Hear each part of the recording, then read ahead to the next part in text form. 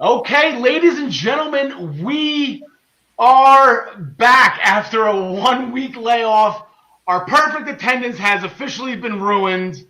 Um, Between the hurricane in the Northeast and New Jersey, where we broadcast the show, my power was out, and I don't even know if it was the hurricane or if it was retribution.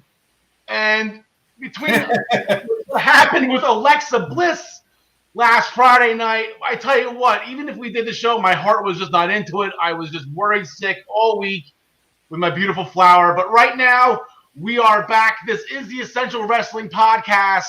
This is episode 14. This is our Stone Cold episode. This is our very fun, by the way, tag team championship dumpster match, which nobody talks about, which was a lot of fun when you got Mick Foley and you got Terry Funk on one side getting to use toys. Great match. And then, of course, Live DX Band. This is that episode as well. My name is Karl. Happy to be back into your homes tonight. Thank you so much. Again, we apologize for taking the week off. You know, bleep happens, I guess, right? Once again, with us, we have the first ever Pro Wrestling Pick'em champion, the living legend, John DeConnie. John, how are you today, pal? Good to see you again, Al. Thanks for having me back. Oh, glad to have you back. Glad you're safe. John Smith, you're with us as well, ladies and gentlemen. John Smith is back. Glad you are safe. You were up, I guess we're both North Jersey, right? Yeah, I just lost internet for a day, though, so I was fine. I just lost internet for a day. Happy belated birthday to Alexa Bliss, by the way. Yesterday was her birthday. Yes, it was. Happy birthday, Alexa. 21 again. She doesn't get a day older. She doesn't age older than 21. I was going to say something else and I forgot. Like I said, it's been a wild week. It's been a very wild week. Actually, as I'm looking in the background right now, as you can see, I am here at an undisclosed location due to last week's incident.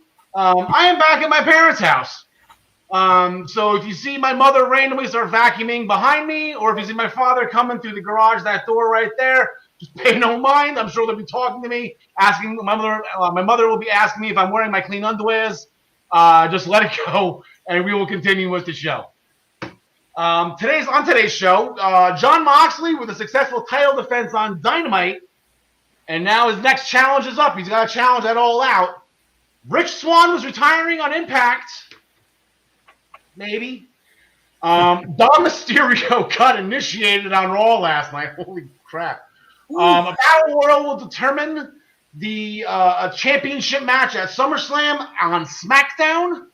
We're going to main event the show with the NXT North American title match, which both gained and lost a competitor in that match, which is unfortunate. We're going to talk about that.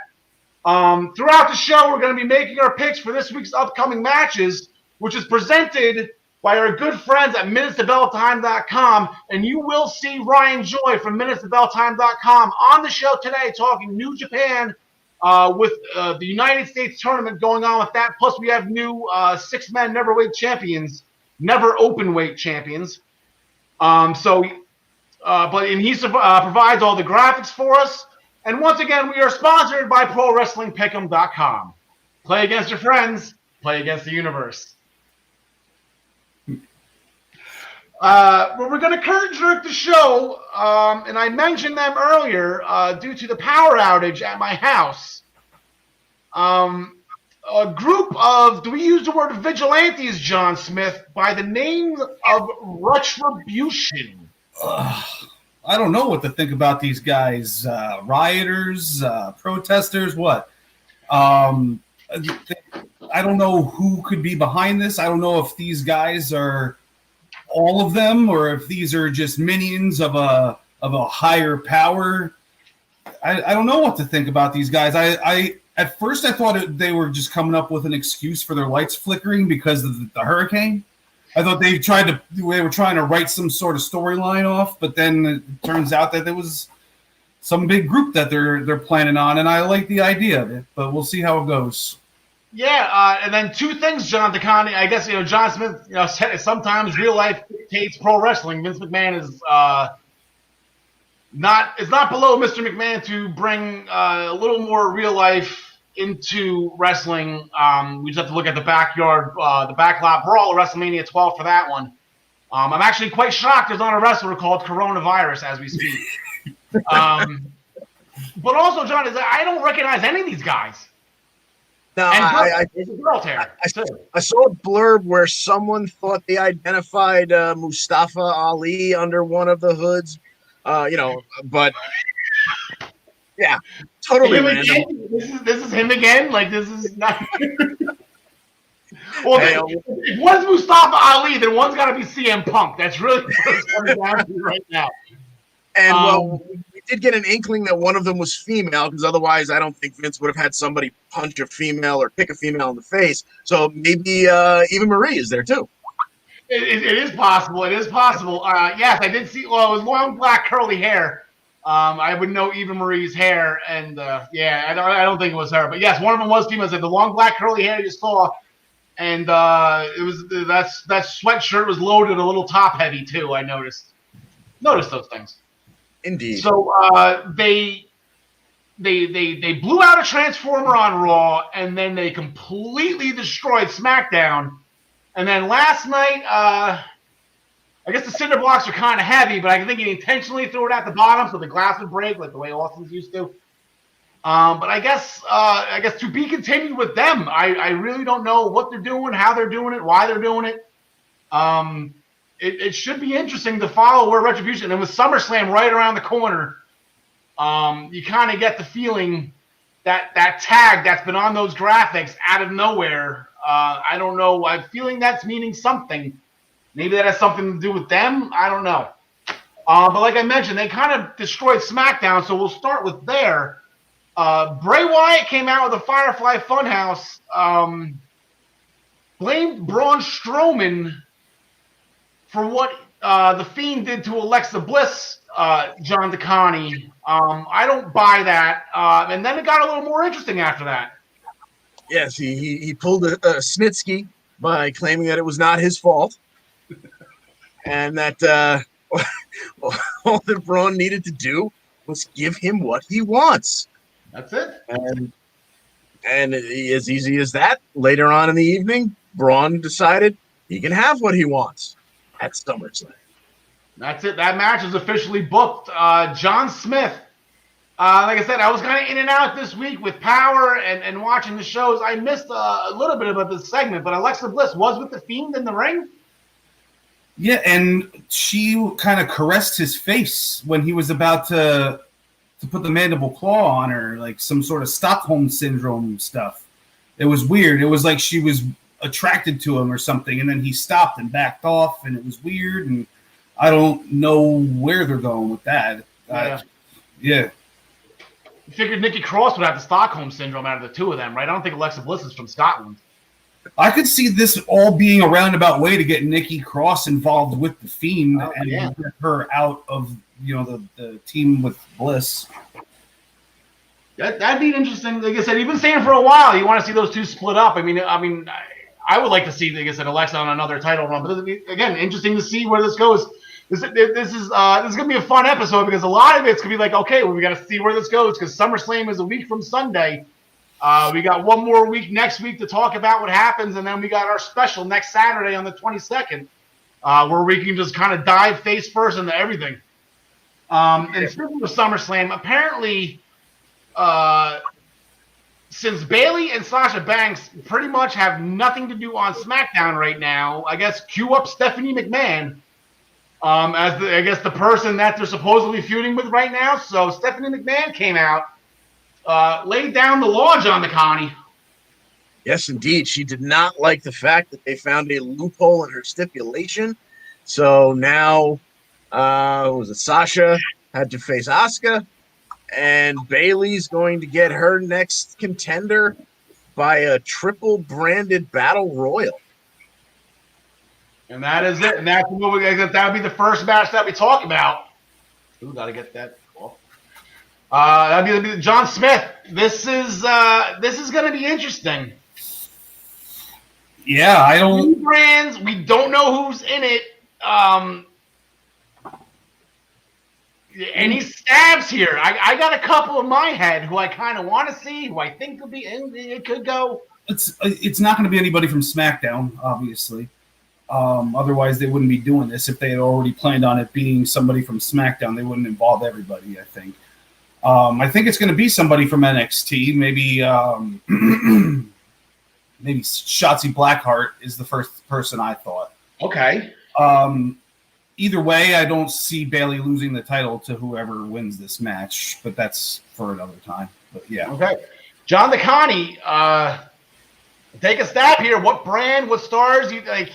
It's pretty much you're gonna have a dartboard in front of you. You got to kind of throw one out there. Yeah, exactly. I don't want to steal from you and say Dakota Kai, but yeah, well, that'd be pretty fun. You have 2 title shots in one weekend. That'd be absolutely. That'd be pretty sick.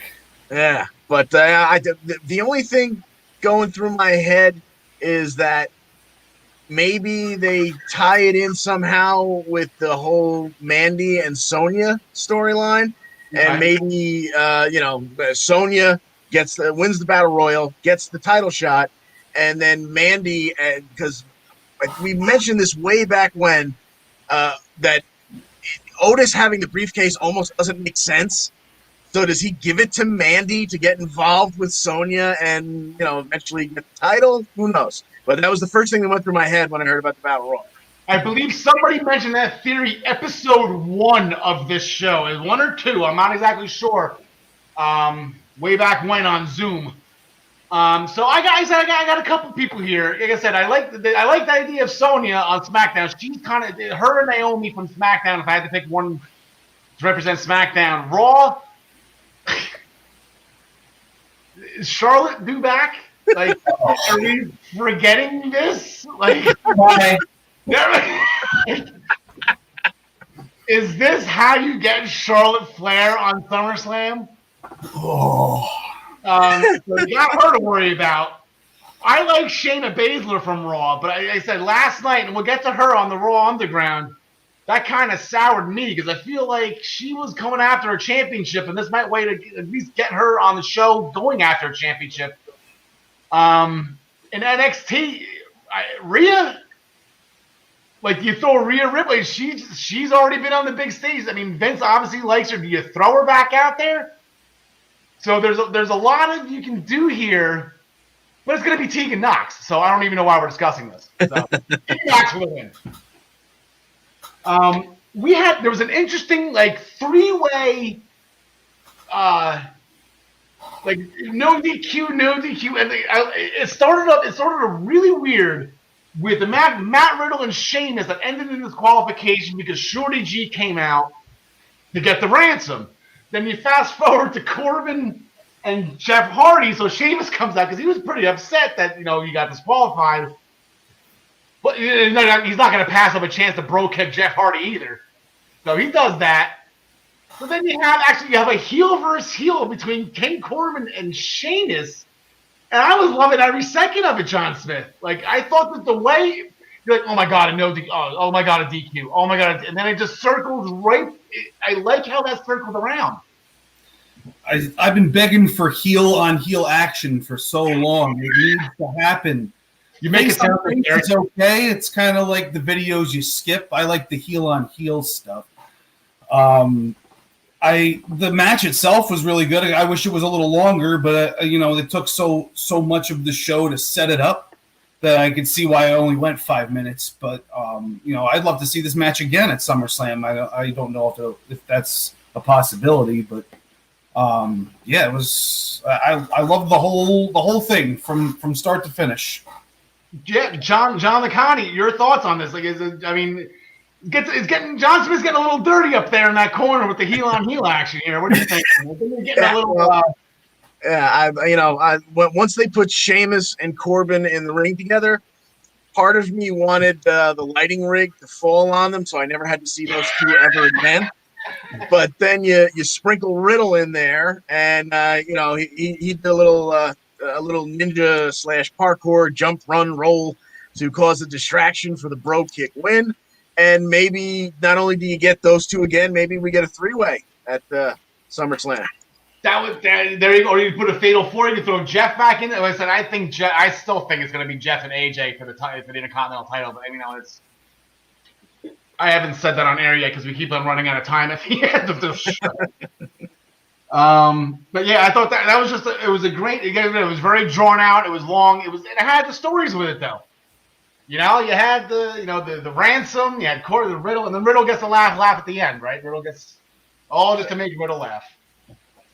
And then we mentioned Sonya and Mandy Rose. 2 weeks ago, Sonya kind of violated female law here by taking some shears to Mandy's head and cutting some of her hair. And if this isn't some kind of Hell in a Cell at SummerSlam, I'm going to be disappointed. These two need to just get at it, John Smith. Yeah, they've been going at it for a good 6 months now, right? So, if they're going to keep shoving it down our throats, they better make the payoff, that good, like a no DQ at least. Cage match should be what it is, or like you said, Hell in a Cell, but at least a cage match, man. Yeah, and it's funny. I can also see, and I'm hoping it's a no DQ because I want them to just, get a good wrestling in with a little violence, whatever toys. I think it's going to be hair versus hair here, and I have a funny feeling. I'm starting to try to get myself used to a bald Sonya Deville here, John McConaughey, because I kind of feel like this is where it's going. Yeah, it could happen. Part of me almost longs for the Attitude Era because I just have a feeling this match would involve a kiddie pool with some dry ice in it that was, a vat of acid, and someone would get dunked in it and walk around with a mask for the next 6 months. Yeah. But there's got to be some kind of gimmick match to wrap this up.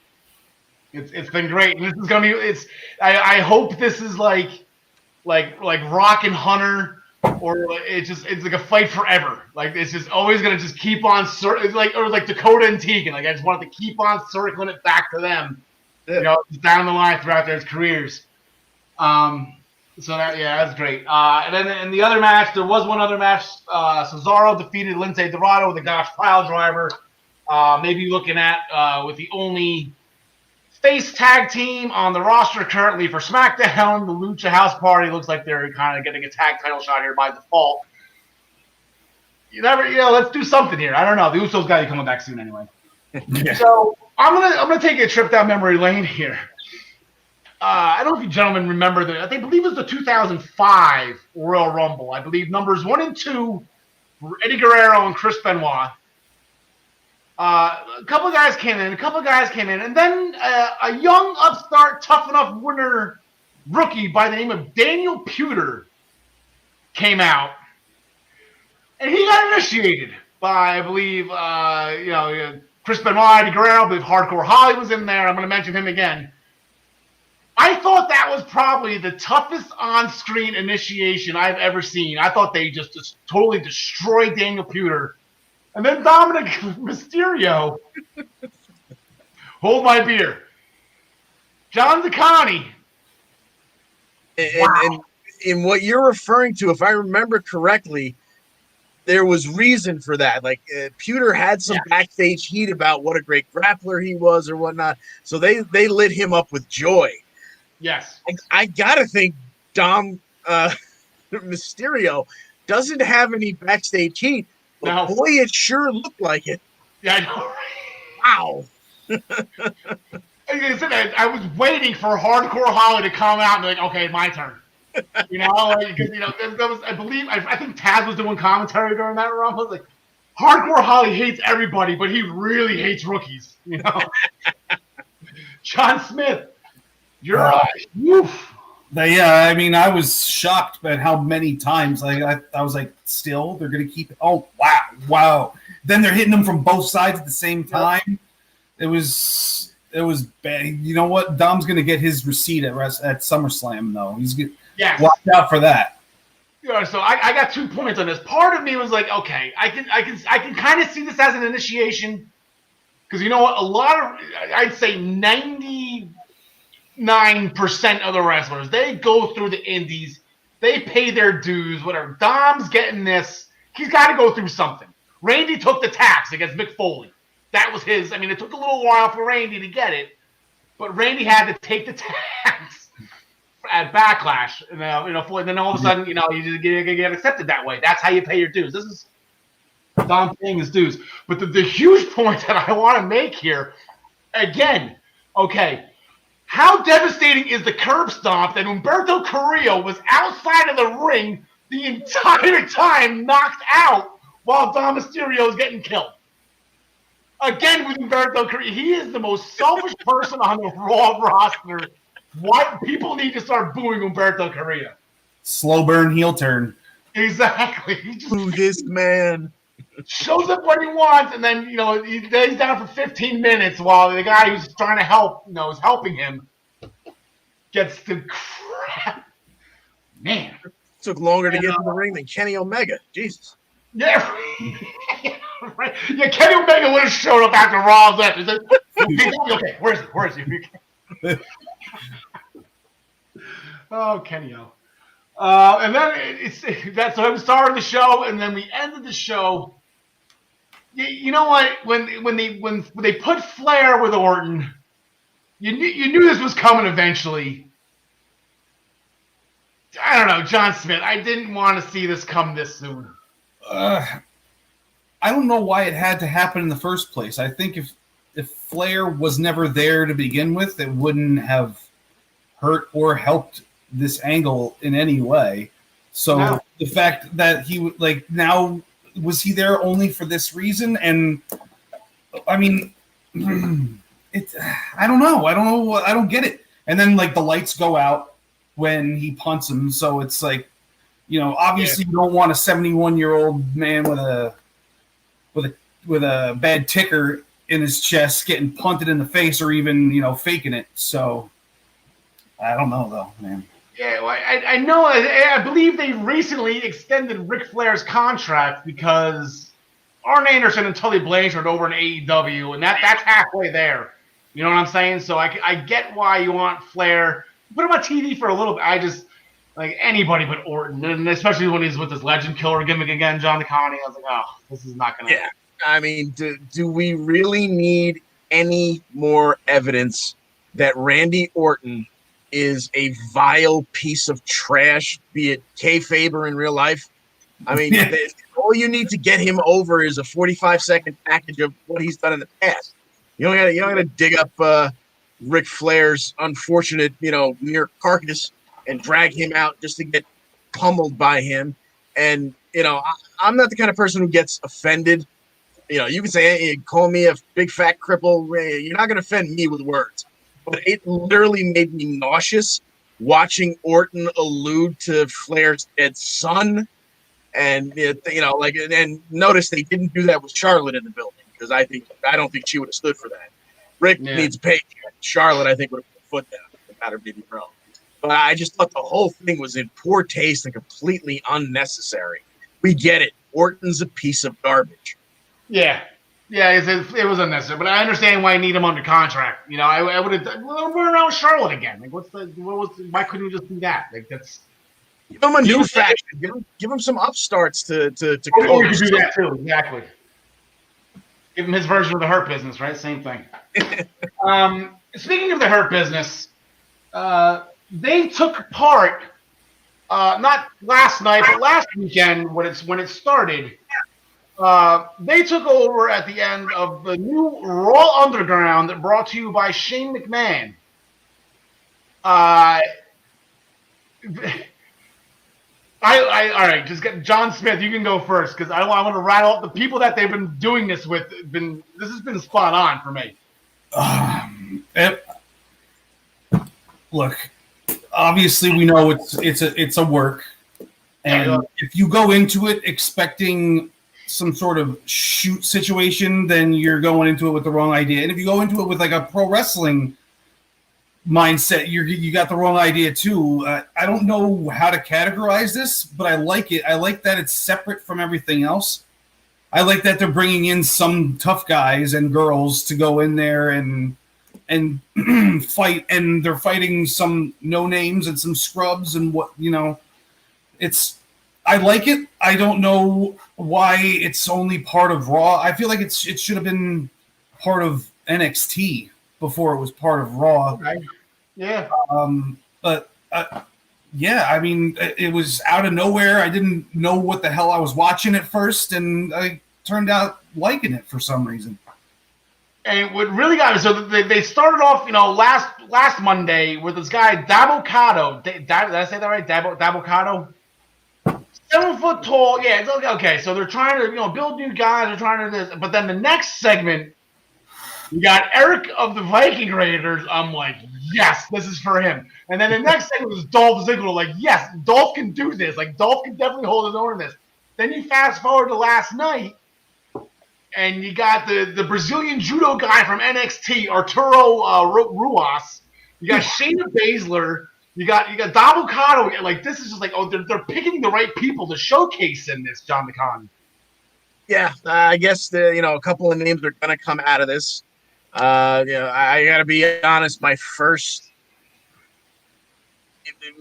reaction to it was, what am I watching and why? Yeah, there were like old dancers in the background, and the worst possible thing you can do, other than give Lana a live microphone, is give the cocky borderline heel version of Shane McMahon a live microphone, and to have him just off screen go, oh, he's going for the choke. Oh, okay, it's over. Have him like kind of play by play to the side. It was driving me nuts. But I see that something's going to come of it. We're going to get somebody added to the roster from it. There's been a little bit of entertainment there. It drove me nuts initially, but considering I don't know what they're doing with the rest of either of those two shows, this I guess has added to it. Yeah, and here's the thing. Again, so you have cinematic matches on pay-per-views, or even on SmackDown, because the bar fight, it's not that place you got to go when somebody knows your name. They have a cinematic match too, to go quote unquote. It's pandemic times right now. You got to try something different. So I'll give them throw it against the wall, see what sticks right now. You have this is the one time you can try this. Screw it, try it. Like I said, they're picking the right people. Riddick Moss is the name I left off the list. Riddick Moss he's a big boy. I mean, I don't think he's got like an MMA background like Basler, or even a collegiate wrestling background like Ziggler, or judo background. Like there's a lot of those guys. They're picking these people. I like where it's going so far. Exactly. But John Smith, I agree. Don't look too deep into it, and you're okay. I also like the idea of maybe a few months from now, like an angle getting so heated, like meet me in the underground, and we'll hash it out down there. Something like that. Maybe it could be something. I don't know. Basler and Asuka, or resurrect that NXT cage that they did for Riddle and Thatcher. Yes. There you go. All right. I will call Mr. McMahon. I tell him we'll be there in the morning to go over these ideas with him and Shane and everything. He's watching right now anyway. What's that? He's watching now anyway. Oh, yeah. Exactly. That's right. I mentioned Hurt Business before. Sheldon Benjamin had when I talked to Ryan Joy, I know Sheldon Benjamin's first win in about 15 years was that roll up against R-Truth a couple of weeks ago, but he actually had an in-ring singles victory last night. So we're getting what we want here, boys. Sheldon Benjamin pinned the United States champion. I just realized that the belt is still around his shoulder, Jonathan. I was waiting for that. I was waiting for that. When Apollo made his comeback, I guess 2 weeks ago, I don't know what plates were on it. I almost thought they said of just APOLLO, Apollo, but they clearly were not this. I didn't say MVP because that would be easy enough to see. But there was some kind of black and gold plates on there that weren't just generic WWE plates.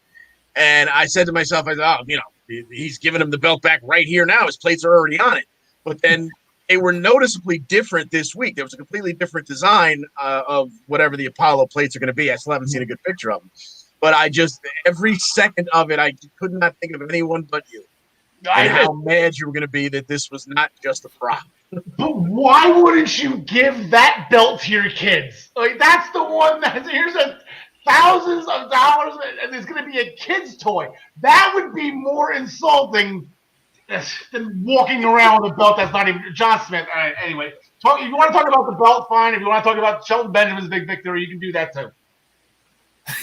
Whatever you want to do. I'm a big fan of Shelton, but I mean, I don't know why you don't like that belt. It's not the best belt. I give you that. It says champion too big. I give you that. But the old one looks like my son finger painted it when he was 5.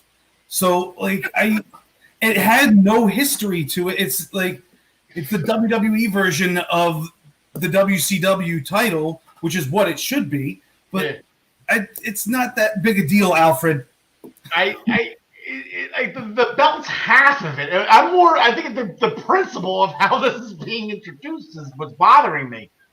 Like I don't know, the whole thing is just maybe if Apollo didn't get injured at Extreme Rules, maybe it would have been a smoother transition, whatever. But yeah, it probably would have been presented to him the next day or something. Yeah, exactly. Like Sammy did with the IC. So, well, get ready for another awkward transition, possibly, because I read a rumor this week that I don't know why I was reading about only 1 and not 2, but apparently there is new SmackDown tag belts made and waiting to be, and they've been around for a while, just waiting to give them out. Oddly enough, I didn't hear that both tag team belts had been redone, but I did read something about new SmackDown tag belts. So that, yeah.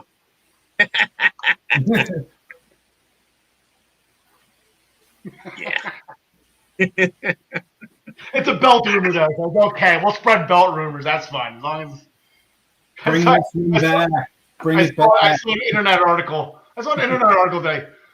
Vince finally using new creative ideas. Like, what are you talking? Like, it was literally the dumbest headline I've ever heard in my entire life.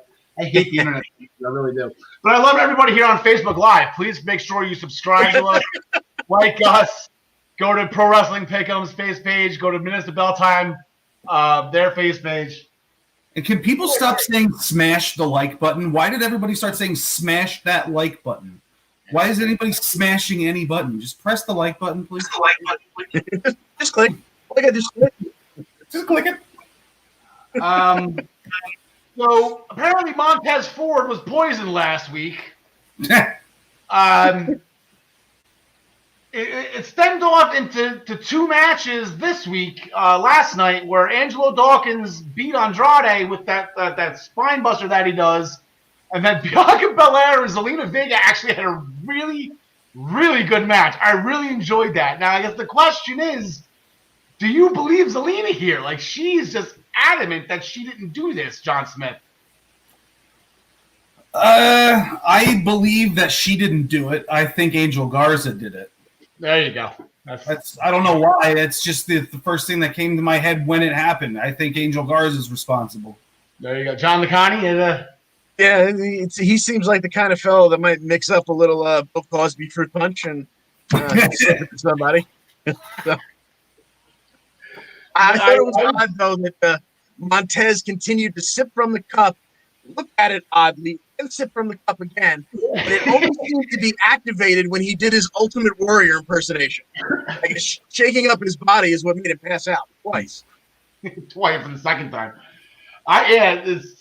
That aside, though, like I said, that match, I remember I told my wife last night, like, oh, yeah, Zelina's wrestling tonight. She's like, oh, she's going to get killed. I'm like, yeah, I think so.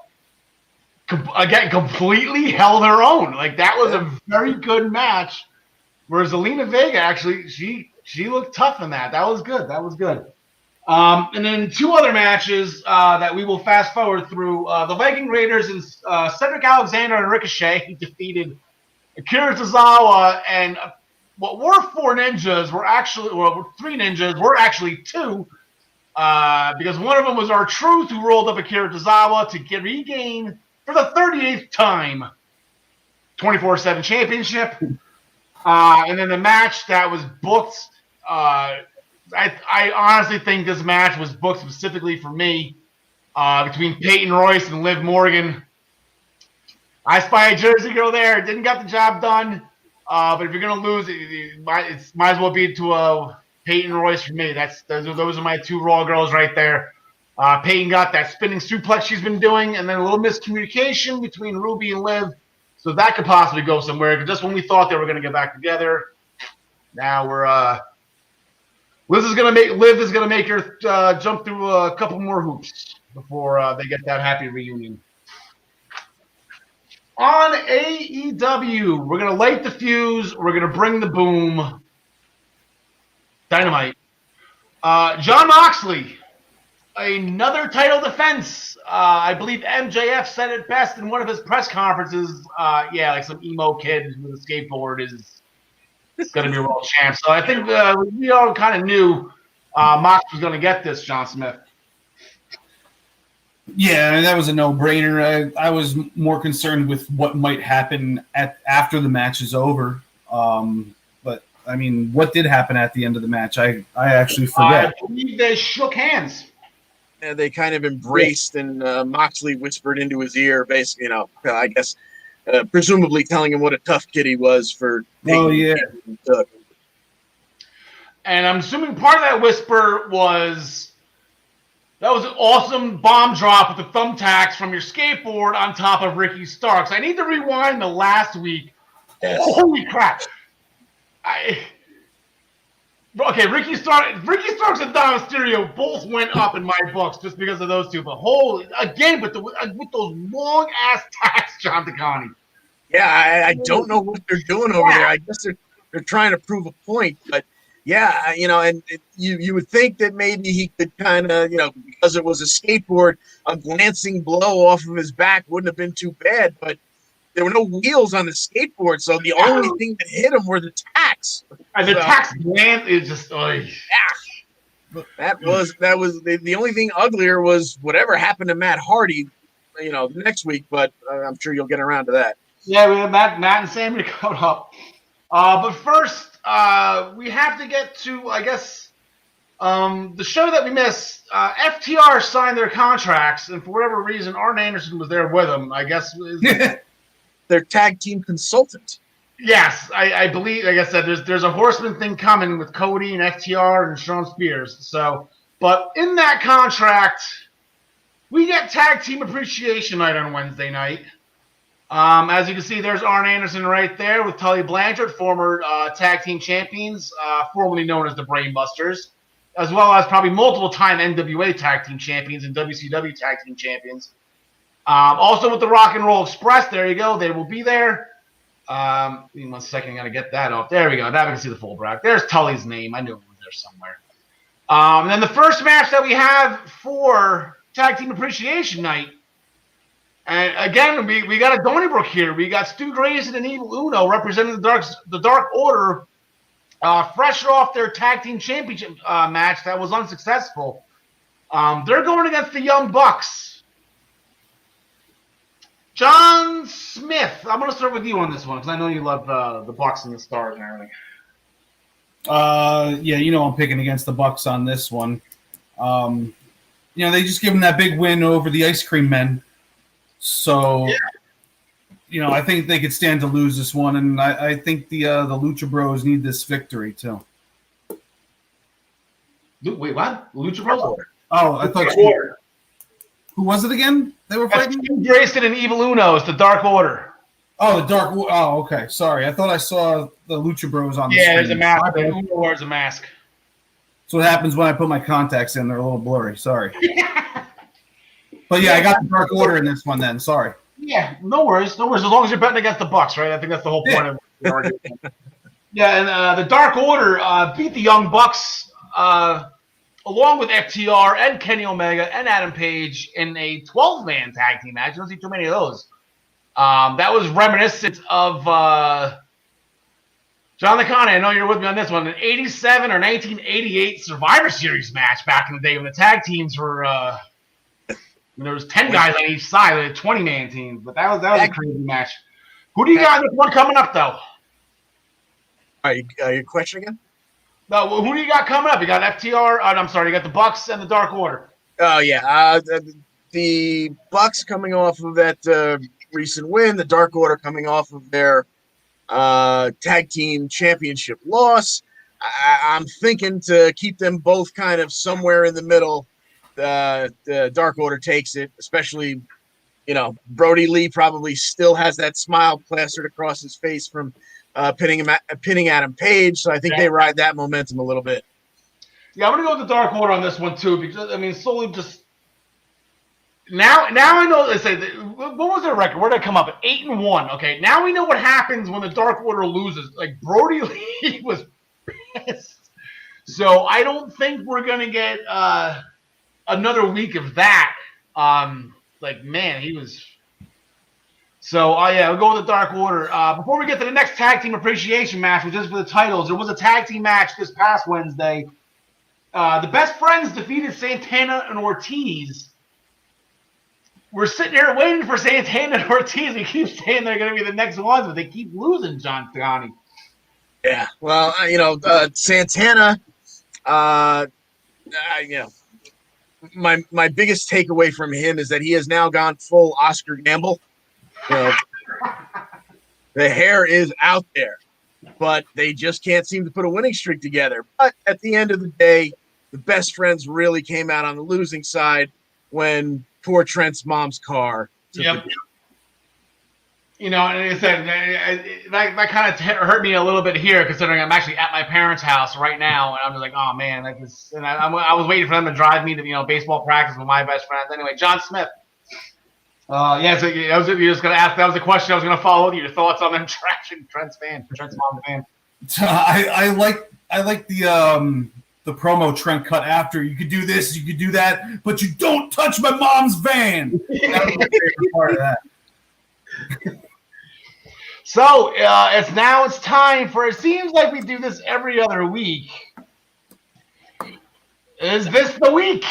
Adam Page and Kenny Omega get split up. They're actually going against Jurassic Express, who have been on a bit of a roll lately.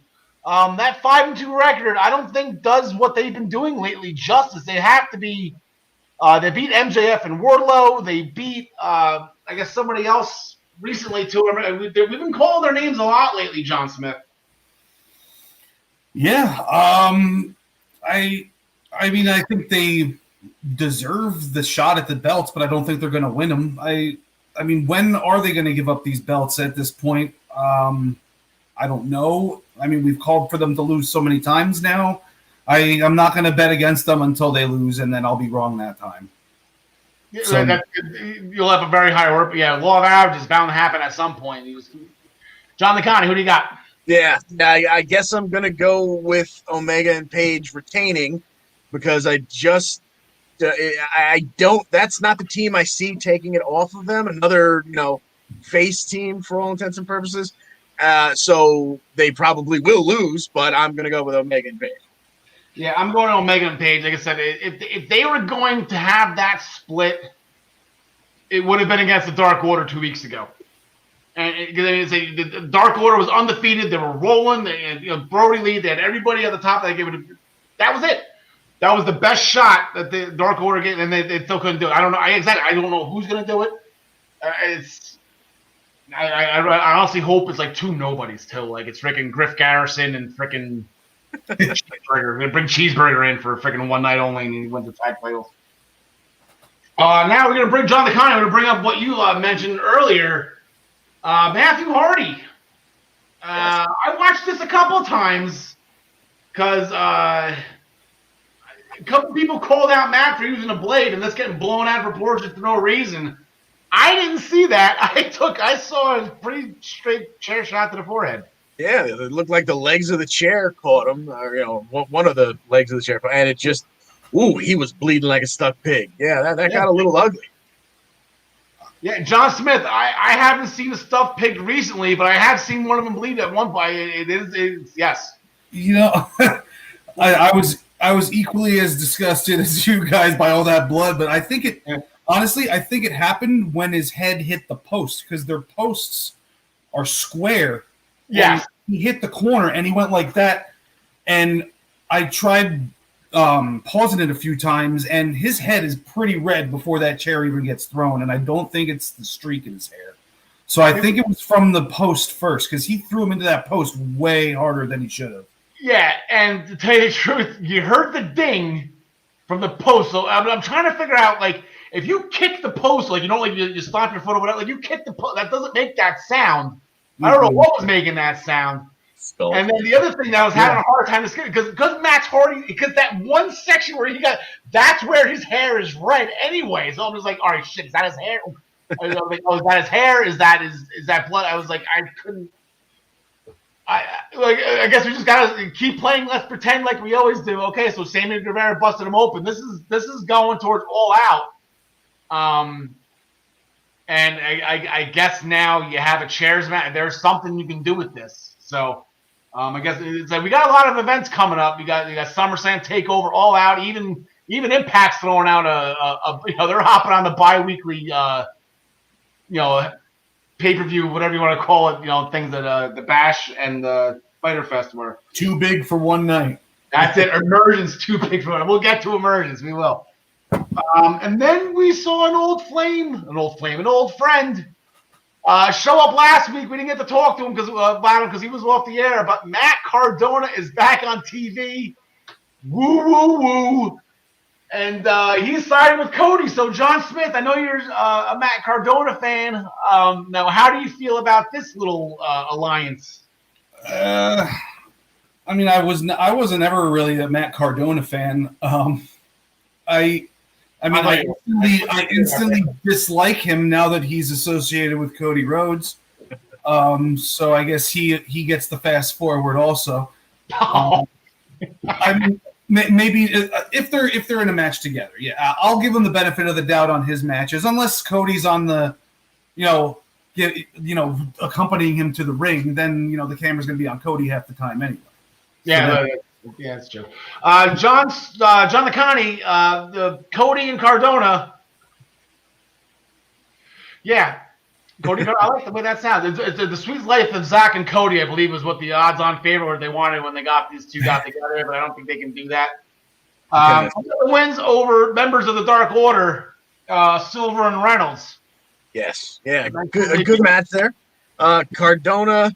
I'm guessing did a not that he was ever in anything less than tip-top shape, but it looked like he might have done a 90-day cycle during his non-compete because he looked pretty ripped up. Yeah, it's him and Chelsea. I don't know where Chelsea's been. She's been off TV for a while. I don't know.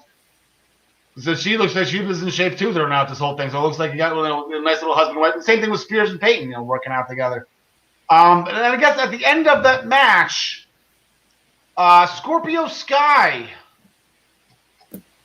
came out, and I guess he was the next person. He wants to be the next person to challenge Cody. And we have it tomorrow night on Dynamite. We have 6-1 Scorpio Sky, 17 wins. 17-1. Smith, say your comment. Do it now. Get it over with. All right, yeah, Cody wins. We all know it. The only way I'd watch this is if it was Too Cold Scorpio instead of Scorpio Sky.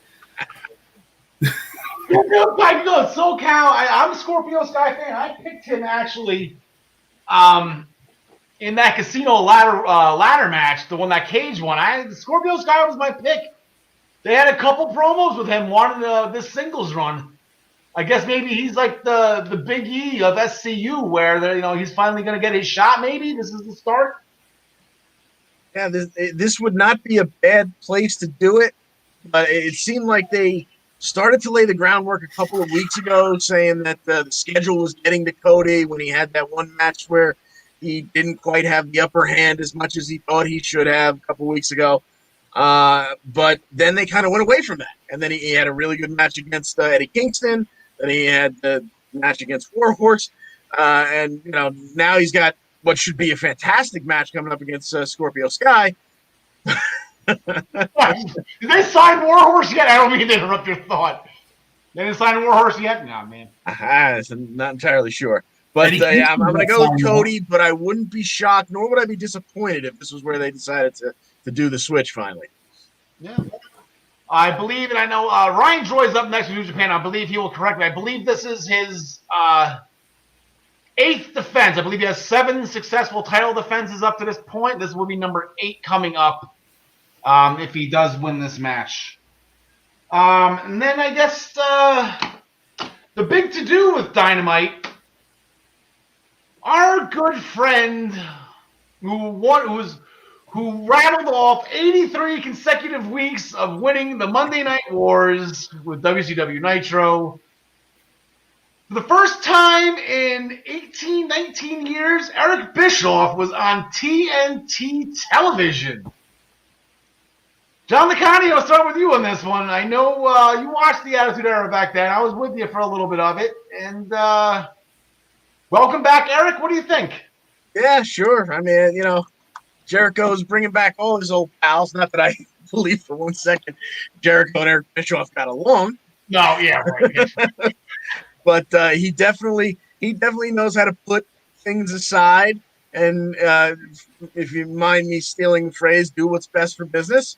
Not that Eric added a whole lot to this segment. He just came out, read a couple of questions, and he had a quick back and forth with Jericho, leading you to realize, to know that they don't necessarily care for each other, whether it be kayfabe or not. But he added to the segment. It was cute, but I hope we're not going to see him around anymore. John Smith, during the debate, Orange Cassidy, I guess, really didn't have a lot to say until a specific topic of climate change came up, huh? Yeah, he's pretty woke, isn't he? Yeah, right. So yeah, that was a nice character twist for him. That was cool. Where he's pretty active in the climate change scene. So that's cool, I guess. Yeah, well, that's the one thing Orange Cassidy cares about. Right? That's I guess we found it. I guess he's from wherever, weighs whatever, but he cares about the environment. As far as Eric Bischoff goes, I think the only reason they had him on was to keep eyeballs on the TV. Instead of keep people from switching the channel. I think that's the only reason he was there. Yeah, we had to find out who that mystery announcer was, sure. Yeah. Do you think there's a guest referee for this match? No. But yeah, they're going to do this again. $7,000 obligation match. Okay, never mind. Somebody's got to pay for that jacket, damn it. Yeah. So we're doing this again. A rematch from Fyter Fest. Chris Jericho against Orange Cassidy. John Licani, I'll let you swing first on this one just because I know where you're going. I don't see why you do this again unless something crazy happens and Cassidy wins. So, I almost would never, ever dare to take sides against the demo god, but I think I'm going to have to go with Cassidy here. John Smith? Yeah, I got Cassidy winning that match, definitely. Deceitful means, I think Jericho will have somebody interfering on his behalf first, but I think Orange Cassidy's help is what puts him over the top. And then this will lead into, when's the next actual pay-per-view they got going on? Yeah, September 9th. Yeah, so we'll probably get it for a third time at that pay-per-view, and then it'll be, the end-all be-all. All righty, so I'm gonna go.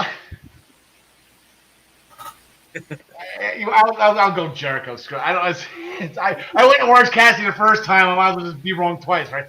I'll go with Jericho. I think if this is a true one-on-one and if there's no outside interference, then there's no reason why Jericho shouldn't win this, I guess, right? I mean, he's 4-1. He's Chris Jericho. He's the GOAT. He beat Stone Cold Steve Austin and The Rock in the same night. I'll take Chris Jericho. All right, John and John, we are going to give you guys a quick break here. We are going to bring in Ryan Joy from MinutesToBellTime.com. Oh, yeah, get me off that screen. There we go. That's way too close right there. Ryan Joy, ladies and gentlemen, MinutesToBellTime.com.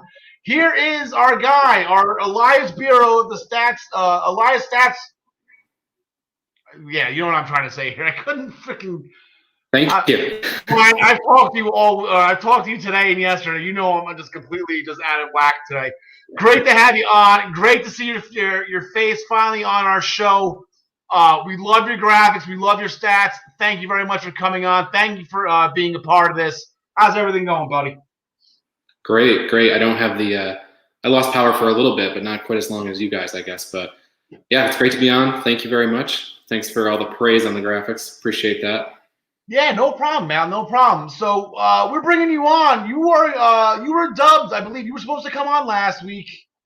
You are officially dubbed our senior New Japan correspondent. I love the enthusiasm of getting up at, I believe, 4 or 5 in the morning for these shows? 4:30 for a big show, 5:30 for a normal show, and right now it's all Japanese commentary, so it's really I know. dedication. They are very enthusiastic, though. And I watched the New Japan Cup. They are extremely. Like, the one guy is pretty much. I kind of call him Moro, just because he's got that Moro Ronaldo enthusiasm. You can hear it in his voice. But before we get to the U.S. title tournament, I believe there was. You said there was a tournament to crown new 6-man never open weight championship. Did I get all that right? Yeah, that's right. So on Sunday, they crowned new never open weight 6-man champions. Yep. There was an 18 tournament. Winners came out. What's that? No, I just said okay. I was agreeing with you. Hiroki Goto, Tomohiro Ishii, and Yoshihashi came away with it in an all-chaos final. So Okada strapped the belt around Yoshihashi in a little emotional ceremony after the match, and there you have it, new never open weight champions. Yeah, and Okada had a show in Yo too, right? Those two. I don't know if you saw the one segment that we actually. I talked a little New Japan by myself, pretty much. I had one episode with Kenny Pete. Show and Yo got ripped during this pandemic. They were pretty. Yeah, show's looking really impressive. Like he might jump out of junior heavyweight.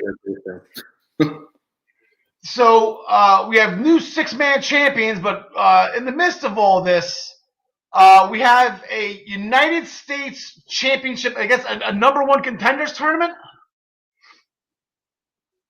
So it's the New Japan Cup USA. Yeah, and there you see the 8 men that have competed. We're down to 4 now.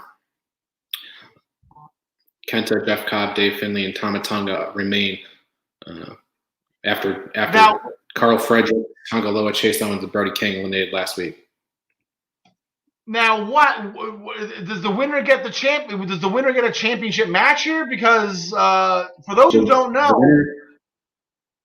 the United States champion is Mr. Moxley, Becky 2 belts over there with the AEW World Championship and the IWGP US title. Yeah, so the winner gets a future IWGP United States Heavyweight Championship match. It's a long title name, but it's interesting because in all of the promotion for the tournament, they keep saying you get the championship match, They haven't mentioned Mr. Moxley's name, so it's kind of an interesting little side note. I don't know if he's going to break the IWGP regulations by not being able to defend the belt, or what's going to happen there. But the winner of the tournament does get a title shot, hopefully against Jon Moxley. Yeah, that would be great. Now, do you think, since Mox hasn't defended and hasn't even been, is he like the Brock Lesnar of New Japan, where he just has the belt and just shows up just during Wrestle Kingdom? I think he has to defend it by Thanksgiving. Otherwise, he gets. They have protections against the Brock Lesnar rule. Yeah, Brock. I miss Brock. He can show up whenever he wants to defend the title, win, and then you don't see him again. Right. So, like you said, we have the semifinals coming up. Tama Tonga and David Finley. That is Fitz's little boy, right? That's Fitz's son, David Finley. Yep, that's right. That's right. This is kind of an interesting match. They both have the same finisher. They both use a cutter. Tama Tonga calls it the gun run. David Finley calls it prima nocta.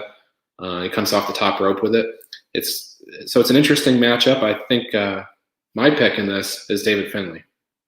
You're taking David Finley. I believe we had the discussion before this tournament started. We were kind of talking about it to get ready for last week's show that never happened. I picked Tama Tonga to win this whole thing. I'm a huge fan of his. I love the Gorillas of Destiny.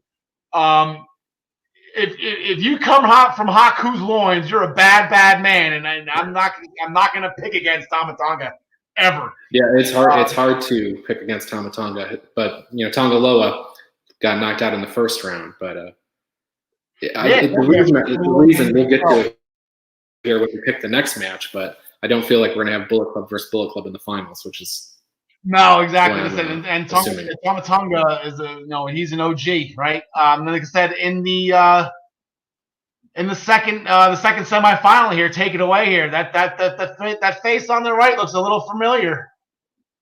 Yeah, the former NXT Hideo Itami is in New Japan as Kenta, and he's facing Jeff Cobb in the semifinal match. It's another interesting matchup because you got Kenta, who is just gonna kick and punch his way through this match, and then you got Jeff Cobb, who's gonna throw him all over the ring. So it should be a really good bout. I'm picking Kenta to win the whole tournament. So I got Kenta in this match. Yeah, I'll go Kenta just so we can go me versus you in the finals here. Maybe we can have some kind of friendly wager on it. I would say hair versus hair, but I guess you already lost that match. Yeah, sorry. No, I'm just gonna bust a new guy, right? I'll shave my beard.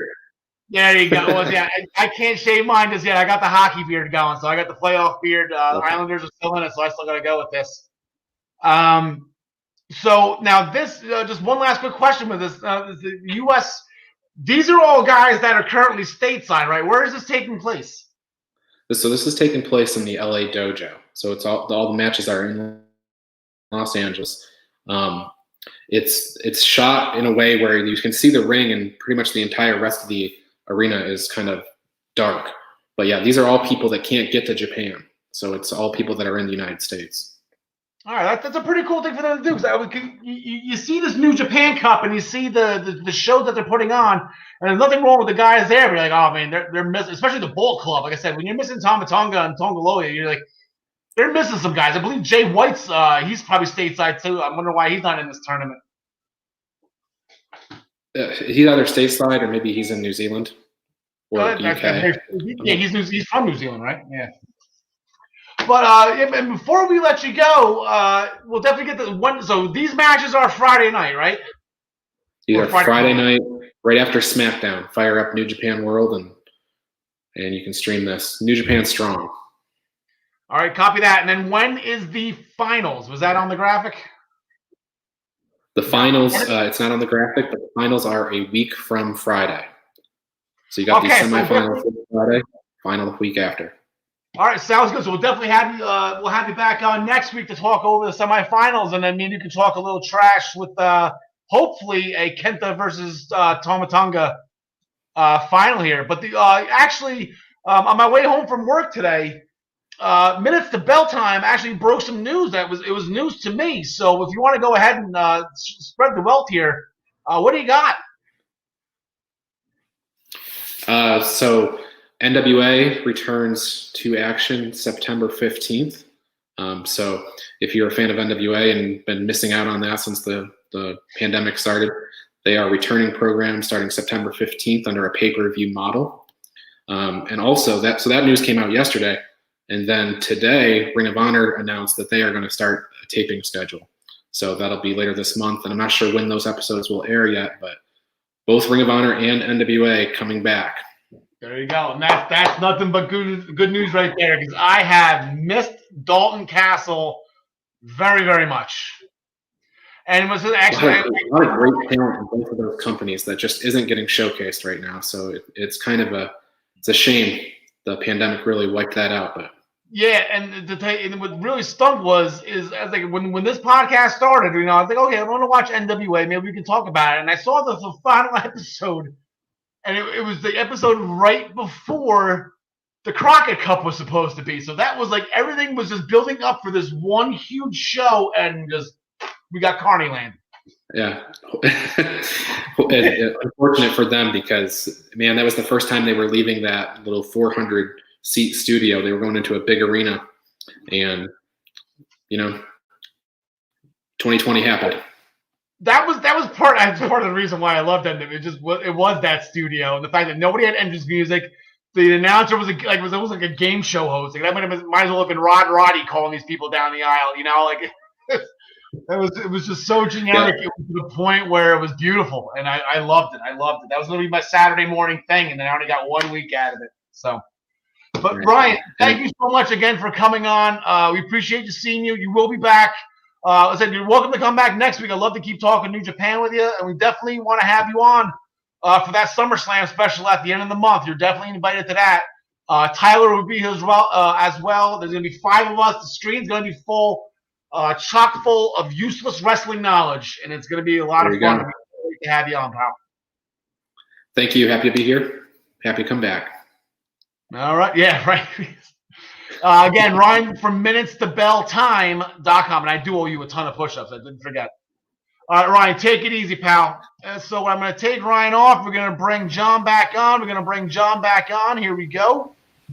John Smith, you guys all well rested. You took a little intermission right there. Everybody good to go? I gotta get this graphic back on. So you got this one. See, I'm trying to be. There you go. Trying to be professional here, and all right, there we go. So we're gonna fast forward to Impact real quick. Doing pretty good on time actually.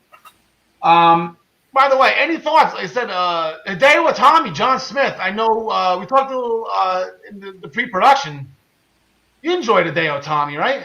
Yeah, big fan of Hideo Itami. What did you say his name was again now?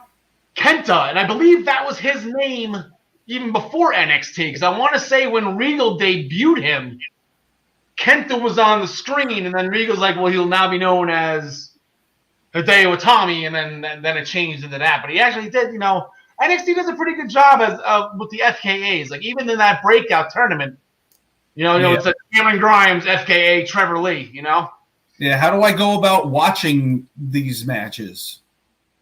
Well, New Japan? Yeah. Oh, Daily Motion. I told you that it works for everything. It works for everything.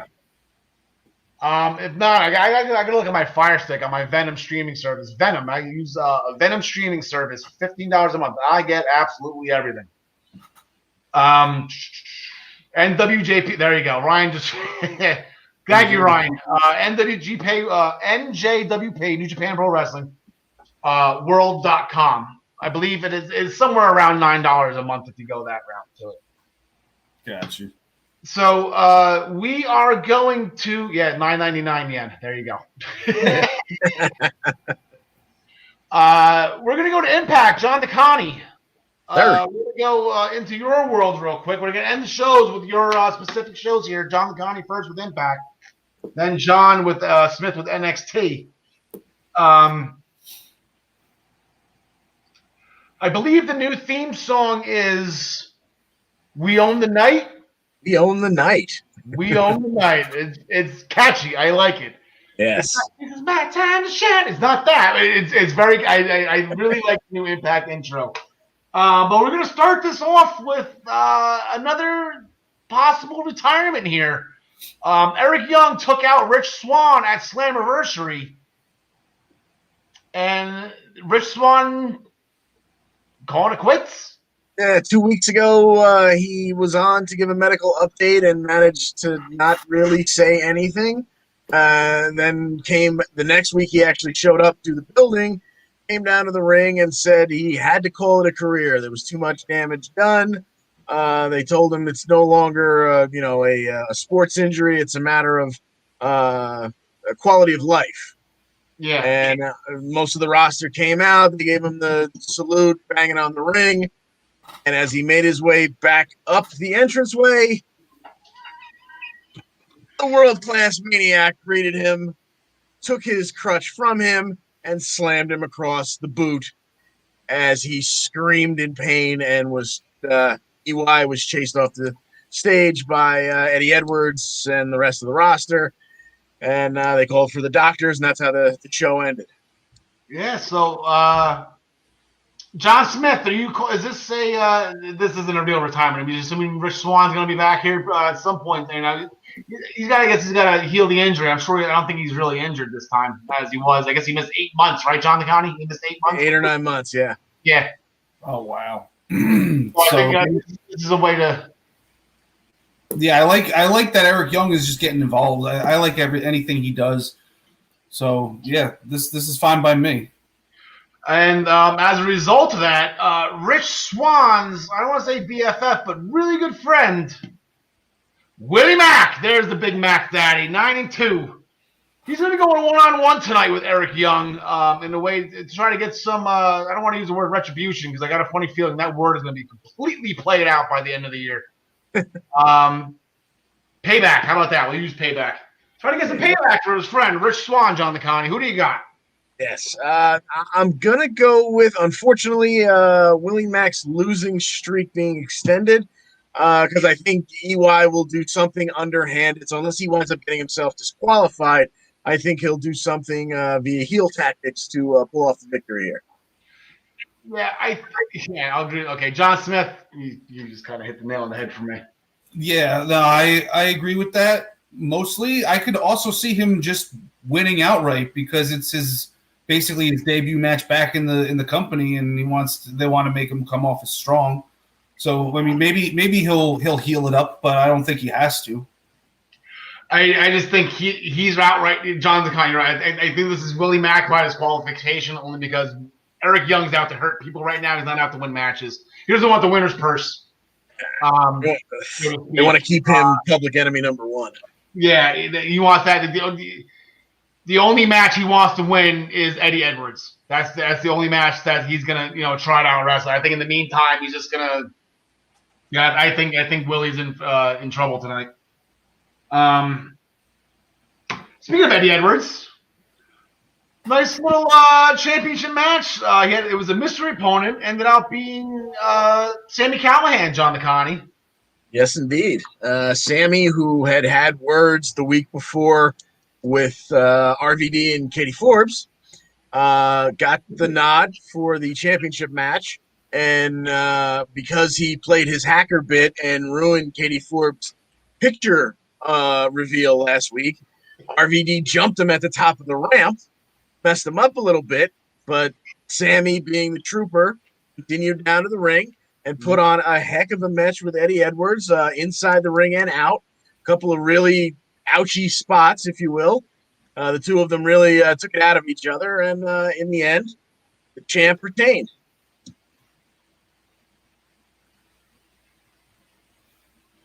Yeah, John Smith, these two have had a history.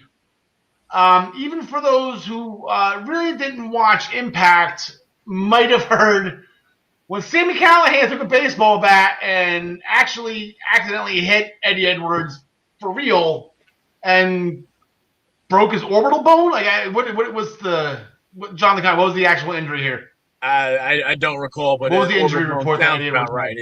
Whatever. He broke his orbital bone. Yeah. Ooh, yeah, look that one up. So these two have had a history. So I'm actually, so the fact that these two are going at each other pretty hard, it doesn't shock me at all. And then I didn't get a chance to see that match.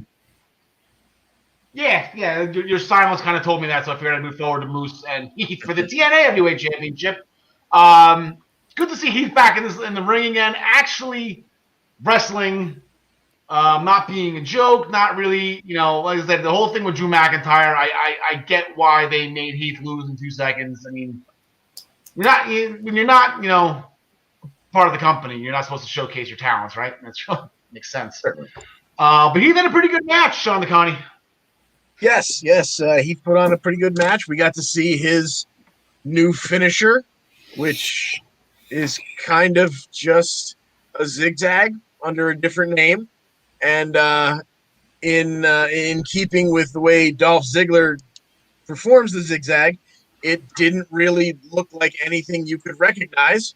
And that might have had something to do with, I think, Moose was not quite in the right position for it when he hit it. But he hit it. We got to hear its name. I think it was the wake up call. Yes, the wake up call. And then we went about getting the call. Yeah. Yeah, we went about getting the no jackhammer needed spear, and Moose retains the title that doesn't really exist. Yeah, and then EC3 last week, I believe it was the week that we missed. EC3 appeared behind Moose and dropped him with one of the Christian's inverted DDTs. I always think of him when somebody does that. Yeah. But EC3 is out to destroy that title, John Smith. I don't know if you're catching any of that. Yeah, that's actually the one match I did see was the Moose and Heath match. I like that EC3 is going after that belt because that belt is what he was all about when the last time he was there. Yeah. I wasn't a big fan of the way the match ended, though. I mean, Heath just he didn't even. I don't think he speared him. I think he just gave him a low blow and rolled him up. Right? Yes, you're absolutely right. Yeah, it was a low. So how are you going to lose the match from a low blow? Like, you can kick out when you've been low blowed, and he was pulling the tights a little bit. The tights. Yeah. Yeah, but it wasn't even. It didn't even. It was so Impact. It was so TNA actually. Yeah. You're learning. That's it. That's you can win by low blows in Impact. That's fair game. It's completely fair game in Impact to win by low blow. Yeah. So EC3, somebody mentioned that he's going to go after that belt. I thought he was going to get. I thought he was going to just to praise it. He wants to destroy it, so I didn't see that one coming. EC3's again controlling his own narrative. I'm sure he'll have another promo today. His promos have been spot on. Love his promos. They're starting, like I said, I mentioned before, Impact is doing a 2-week, I guess, not free review, I guess if you want to call it that way. We're getting 2 weeks of a show called Emergence. Emergence, too big for just one night. Similar to what the Great American Bash was, similar to what Fyter Fest was, but instead of getting involved in that war, they're just delayed about a month and just do it on their own on a Tuesday night. So the first match, I guess they booked for that, I believe 2 weeks ago, Don Nicani, was Ethan Page crying. He was speechless. He was choked up. He had no words for the new champs. Then the following week, he had plenty of words for the new champs. He complained that they had faced them at 40% at best. And the Machine Guns invited him down to the ring to get their rematch right then and there. And he said, no, we're not ready. The pay-per-view was just the other day. Yeah. We're going to do this on our timeline. And apparently their timeline lines up very well with Emergence, either the 18th or the 25th. John Smith, we're going to get a rematch here. I'm kind of – I feel like this might be a night one thing because they already have the Knockouts title for night two, so maybe just put this at one. This is going to be excited to see Machine Guns in the North get at it again. Yeah, that first match I saw them in was great, so I'd love to see that happen again. I don't know. I'd have to watch next week before I could tell you who I think's going to win, though. Yeah. No, listen, we'll go through it. I guess Emergence. Emergence is on ProWrestlingPick'em.com. Is going to count, so I guess find some way to make some time to get those Impact standings back up. A feud will probably be settled at Emergence. Ace Austin and Madman Fulton, they kind of set up the Good Brothers pretty well last weekend, John DeConnie. Doc Gallows got cuffed up. Yeah, indeed they did. Apparently they messed with Gallows and Anderson's car, left some open containers, which is illegal in that area. And in the skirmish afterwards, at one point Fulton hit Doc in the back of the head, and then the next person to come up behind Doc and try to restrain him, unfortunately for Doc, was a police officer who he equally gave a back elbow to, and that got him some shiny silver bracelets. He was missing from the building for the rest of the evening, and that led to Karl Anderson being cornered by Ace and Fulton and roughed up. Yeah, he got roughed up pretty bad. Yeah, tell you what, that's my Jersey guy. It's awesome. That was pretty clever, John Smith. To get, I guess maybe the cops will let the first time go, but then we get the elbow to the grill. That's bound for. Yeah, I like the way that was all set up and written though. That was a good story. John, your girl might have a little bit of a roadblock before she gets her championship rematch opportunity from a rematch clause at Emergence, Kimberly and Deonna Purrazzo struck a deal where if Kimberly can take out Jordana Grace, then Kimberly would get the title shot. So that's going to set up this match between Jordan Grace. Did I call her Jordana again? Jordan Grace. I've never seen Jordan spelled that way. Jordan Grace going up against Kimberly. Not really a number one contenders match. Jordan Grace is already signed for Emergence. As you can see, we actually have MinutesToBellTime.com actually they're starting to branch off with I Draw Wrestlers, they're called. They're actually going to start putting the graphics along with MinutesToBellTime.com. Go to Facebook to see I Draw Wrestlers. You're going to see a lot of those come up for Impact. I believe they're going to be branching off into the other companies as well. But John DeConnie, you going to give Kimberly a chance here against your girl? Not against the Hassett. Are you kidding? I didn't think so. John Smith, who do you got in this one? No, I got Jordan Grace in this one.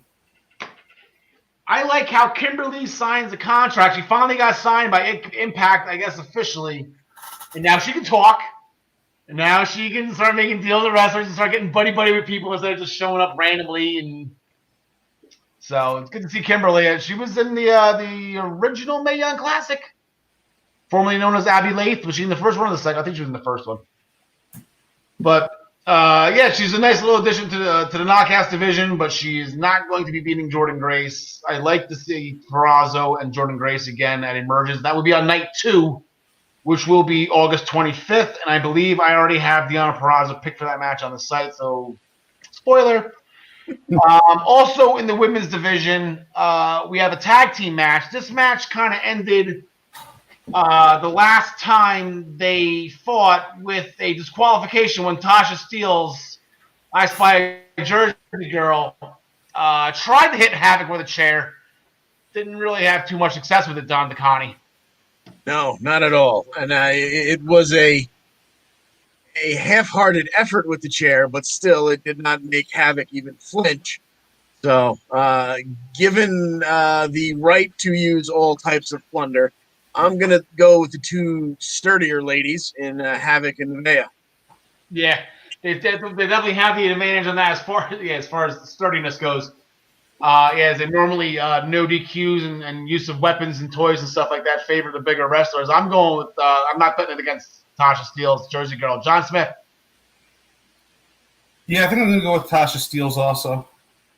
Kiera Hogan. Where's Kiera Hogan from? She's not from Jersey, right? She's from I forget where she's from. Not even sure. Yeah, I gotta find that out. Atlanta, apparently. Oh, is that it? There you go, Atlanta. Thank you. He's on point with stuff. He's on point. I thought she was from Venice Beach. Venice Beach. She's hanging and banging. Yeah. Isn't that where Hulk Hogan is from? That's Venice Beach, California, and Sting. Ironically enough, what are the odds of that? Sting and Hulk Hogan, both Venice Beach. Also, this week coming up, Eddie Edwards. Again, he's got an open challenge. He's gonna just put the Impact Championship on the line every week. He's doing what Cody's doing. They're all doing what John Cena's doing. Everyone's just doing what Impact. Yeah, John Cena did it first. Eddie Edwards defending the Impact World Championship again tonight. And then also the Swing Daddy. Locker room talk with Rob Van Dam and Katie Forbes. I'm sure Sami Callihan will be involved in that as well. I feel like RVD and Sami Callihan have a collision course coming up at Emergence at some point. And then we have Wrestle House, John DeConnie. I'll let you do the fast forward that real quick. Okay. If you cap of the Wrestle House, along with the Swing Daddy.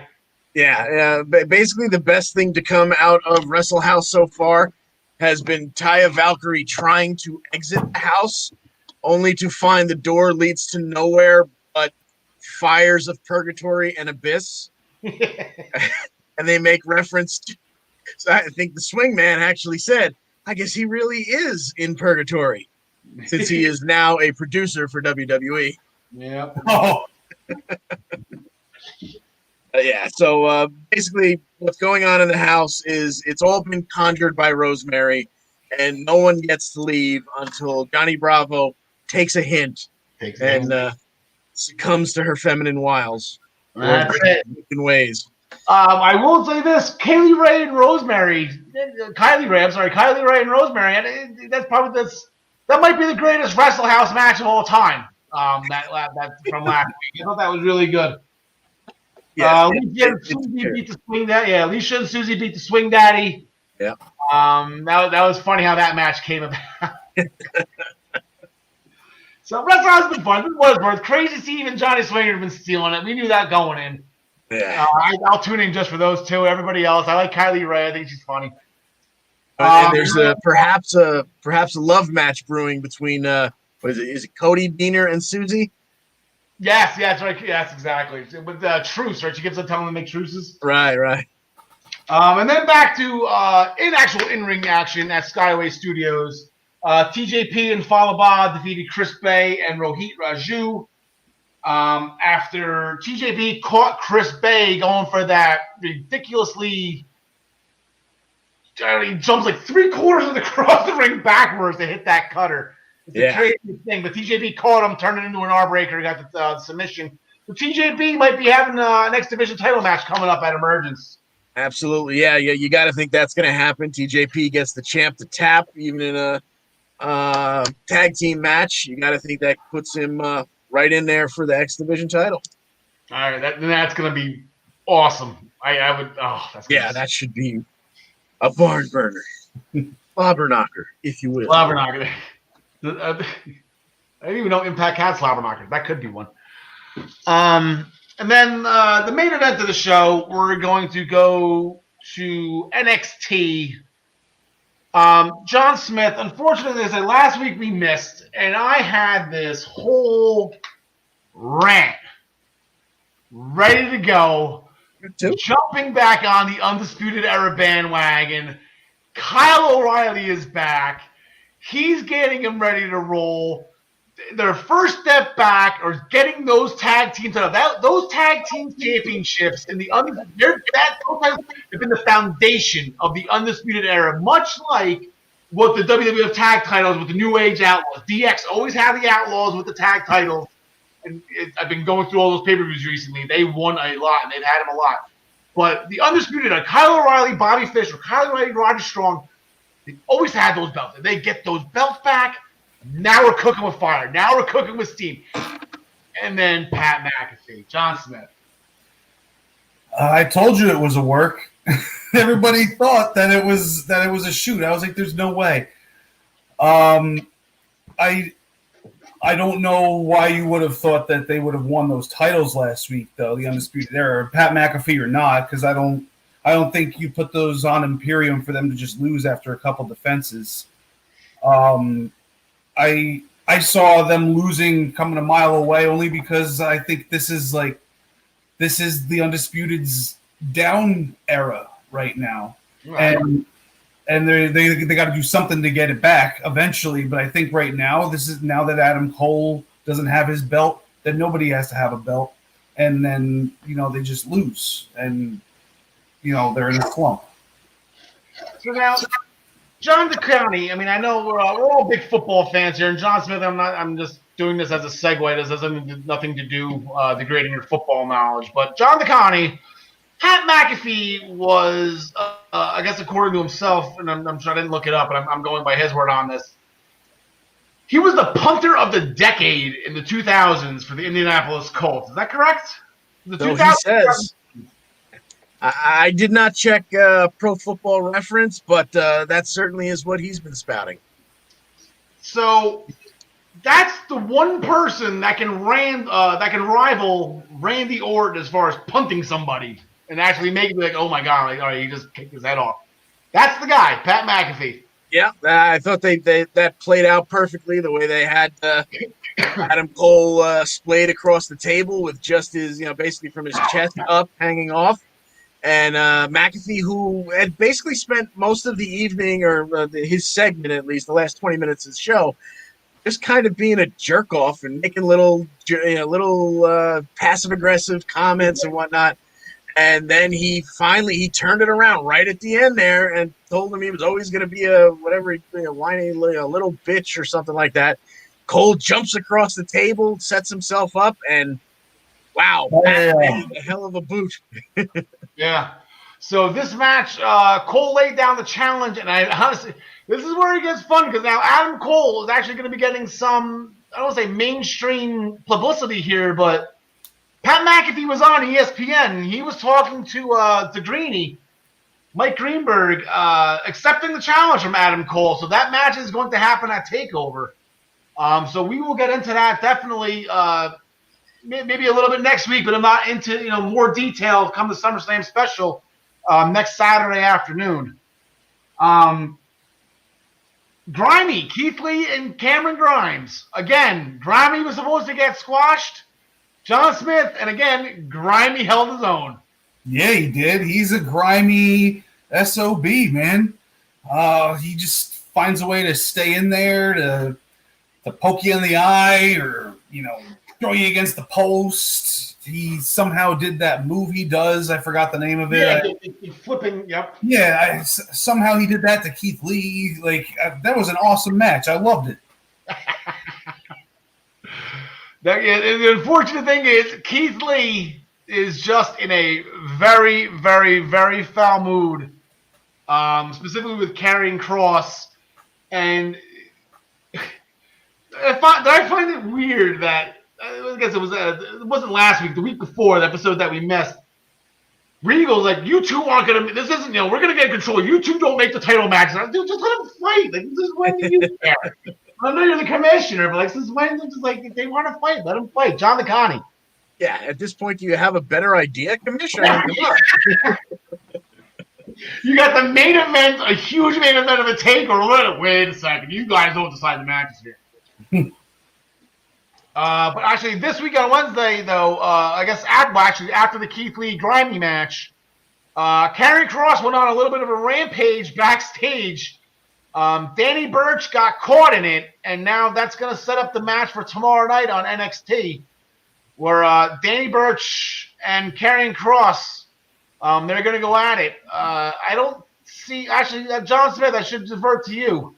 So what late 80s, early 90s movie reference is this match going to replicate? Oh, man. I don't know. Footloose 2, Electric Boogaloo? I don't know, man. This is going to be a major squash, I think.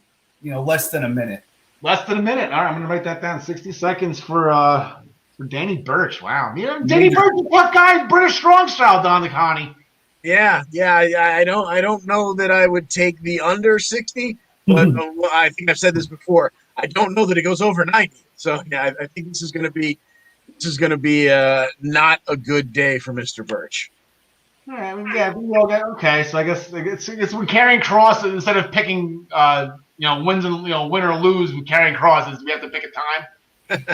Right, yeah, until he loses. Yeah, exactly. So I'll go 2 minutes then. John give him 1. John the Connie give him 90 seconds. I'll go 2 minutes. It's going to go around 2 minutes. I think Daniel will give him a little bit of a fight. We'll make it interesting. And then Bronson Reed with an interesting match. Shane Thorne. Good to see him back on TV. We haven't seen him since his. I thought he was joining. I thought he was an original member of the Hurt Business, to tell you the truth, with MVP. Shane Thorne got back on TV just to get frog splashed by Bronson Reed. Which I was going to get to that in the match in a second. Did I miss something? I did miss something here. These notes aren't in order. I've heard me in pre-production. The NXT notes were I forgot to change them. Bronson Reed fought Shane Thorne. What I wanted to get before that was the North American title match. That was one of my headlines. That's what I wanted to get to. Nice match. Damian Priest with Oney Lorcan, and then Ridge Holland out of left field.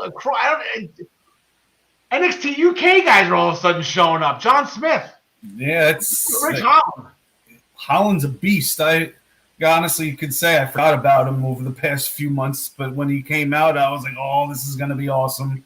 I think we all would have picked Damian Priest if we had a show last week. Oh yeah, I would have. I just from the other two competitors in there. Plus, I think this whole tournament now is going Damian Priest's way now that Lumis is out.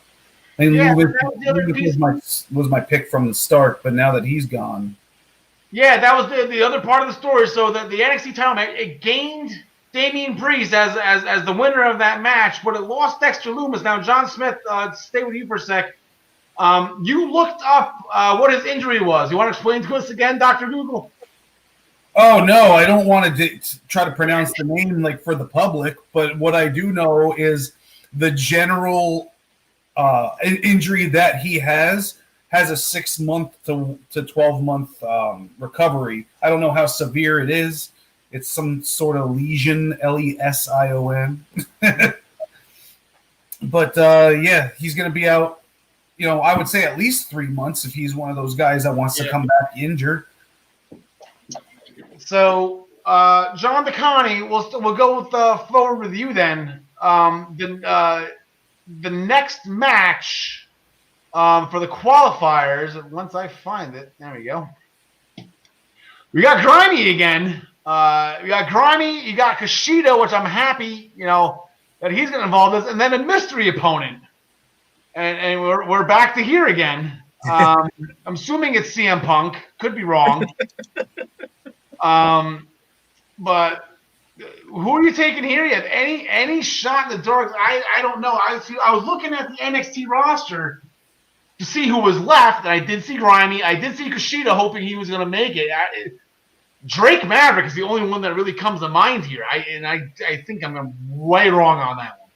I mean, that would be an interesting since both of those gentlemen are of lesser stature, that would be a heck of a three-way there. I personally don't have a guess. I like that going. I like your suggestion, but I got to think with the I don't want to say role he's on, but with the amount of exposure he's gotten, I got to think that regardless of who it is, unless it's someone that really blows us out of the water, I got to think Grimes takes this one because I think he'd be a heck of a addition to that ladder match. Yeah, and then with this injury to Lumis, okay, so it leaves us Bronson Reed and Damian Priest, and they have a match tomorrow night as well. That's why I kind of got screwed up out of order here. We'll get to that match in a second, but then Regal announced. So you have those two. You have the winner of this match. And then you got the four losers who didn't get pinned, which is Johnny Gargano, Finn Balor, Ridge Holland, and then whoever doesn't get pinned in this one, they get 2 one-on-ones to fill out the 5 for the crowd here. So it's almost like I thought they were going to they usually do the second chance battle royal, but they're giving guys a second chance here. So John Smith, I guess, with all that, who do you got tomorrow night? And he's the mystery opponent. The only person I can think of is the Velveteen Dream. I think that he will probably be the guy. I can't think of anybody else. Like, why would you mystery opponent anybody else? If it is him, then I think he wins the match. And then Grimes will end up making his way into the ladder match with the second chance situation. Yeah. If it's just some schmo, then I got Grimes. But, otherwise, I think it's Velveteen Dream, and I think he's going to win it. All right. I think it's Leon Ruff, and he's going to win it.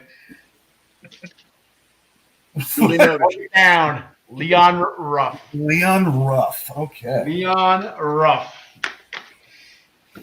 No, I'm going to go Grimey on this one. I got some Kushida. This would be so cool to get Kushida on a takeover. This would be such a way. Damn. And then, like I said, the other two guys that are in the ladder match already, Bronson Reed and Damian Priest, they're going to throw them in the ring together, one-on-one, I guess, just to keep them going until TakeOver happens. Damian Priest not having a good year so far. Bronson Reed, I guess, with that win, got back up to 500. This is a pretty interesting match. Both guys kind of need momentum going in to take over.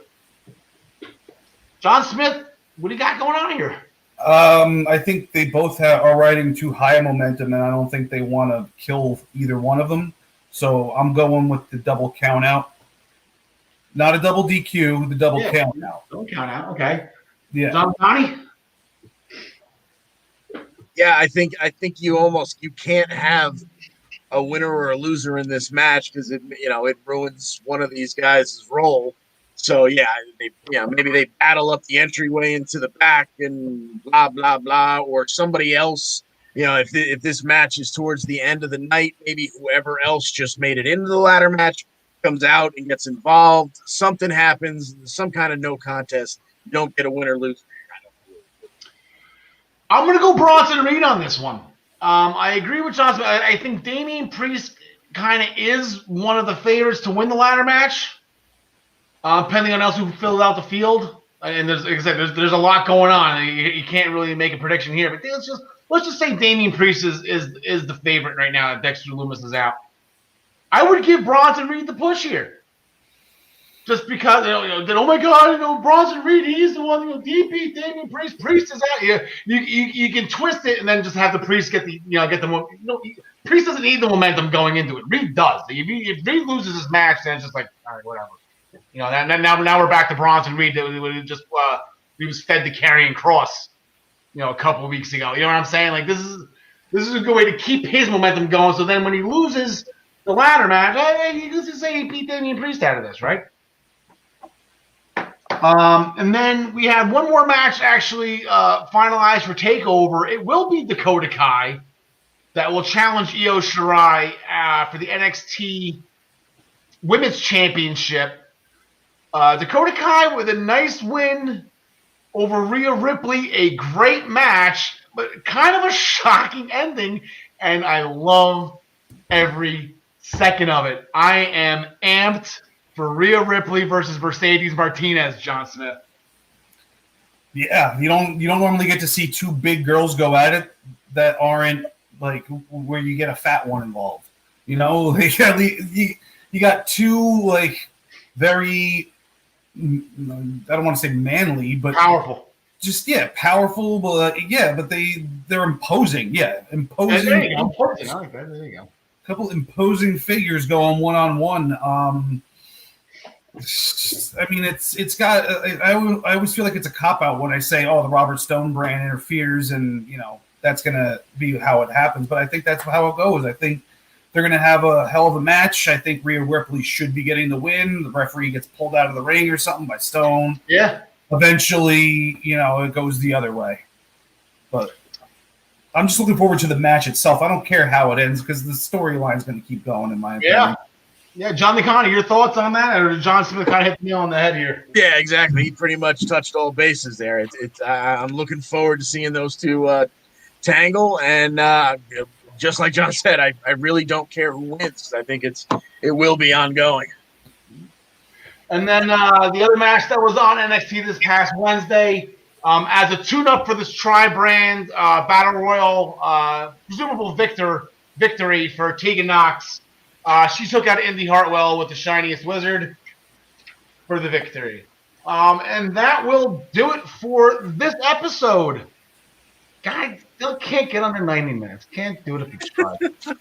We do have to wrap this up quick, though. I do have a softball game to get to. That starts in about a half an hour, and it takes me about 25 minutes to stretch out because I am 40 years old now. It doesn't just happen, magically anymore. I actually have to work out for that. But I just want to just tell you what's going on this week. There we go. Primetime Rundown. We'll be back this Friday. Last Friday, they got popped by the Storm, too. So they are back on. There is Tyler's beautiful face. Hopefully, we will see him sooner than later. I know Tyler will be back for the SummerSlam special.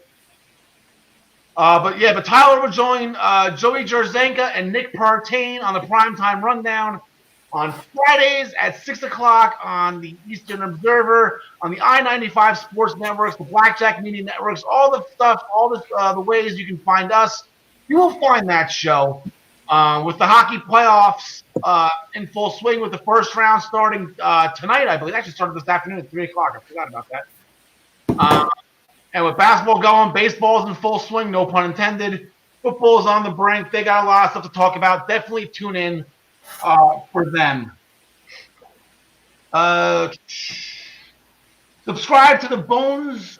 I almost did it again. The Body Slam Brigade newsletter from our friends at minutestobelltime.com.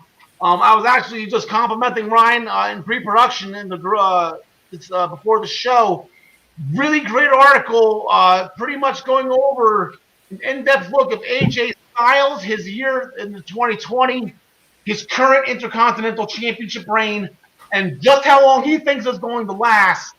I do believe I saw John Smith, your comment on Facebook that you have him going to WrestleMania, I think, you got the rest of the year. But really great article, really in-depth look on his wins, on his losses, what they mean, and how he's going forward. Really, really great. There we go. We'll be back next Tuesday at 6 p.m., barring any hurricanes or abductions of Alexa Bliss or random United States Championship belts that you do not want to discuss. We will be here every Tuesday night at 6 p.m. Again, like our show, please subscribe to the I-95 Sports Network YouTube page to make sure you get all the notifications on when we'll be on and when the primetime rundown will be on and all the other shows on that network. There it is, our SummerSlam special next Saturday afternoon at 3 o'clock. It will be the three of us, along with Brian Joy from minutestobelltime.com, and along with our sheriff. We're getting our sheriff back for that show, Tyler Adele. His beautiful smiling face will be back on screen. So we're going to go in depth on everything from NXT TakeOver 30 and for SummerSlam. And we will be done definitely before the pre-show at 6:30 for NXT 30 will start. So please feel free to come join us at 3 p.m. next Saturday, August 22nd. And there we go. As you can see, you take 1 week off, everything. This ain't riding a bicycle, ladies and gentlemen. Graphics were screwed up, logos were screwed up. I forgot to take her half the time again. But you know what? We had fun. Thank you so much, very much for watching. Like I said, I have to go play softball, so I'm going to quote one of the greatest Little League legends of all time. My name is Big Al, and I like to hit dingers. For John Smith, for John DeConti, thank you very much for Ryan Joy. Oh, my God, Reggie. Alexa Bliss.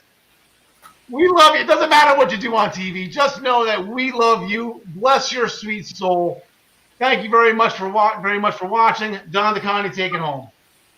Thanks for joining us. And as always, we wish you the best in all your future endeavors. I spy the greatest of Jersey guys right there.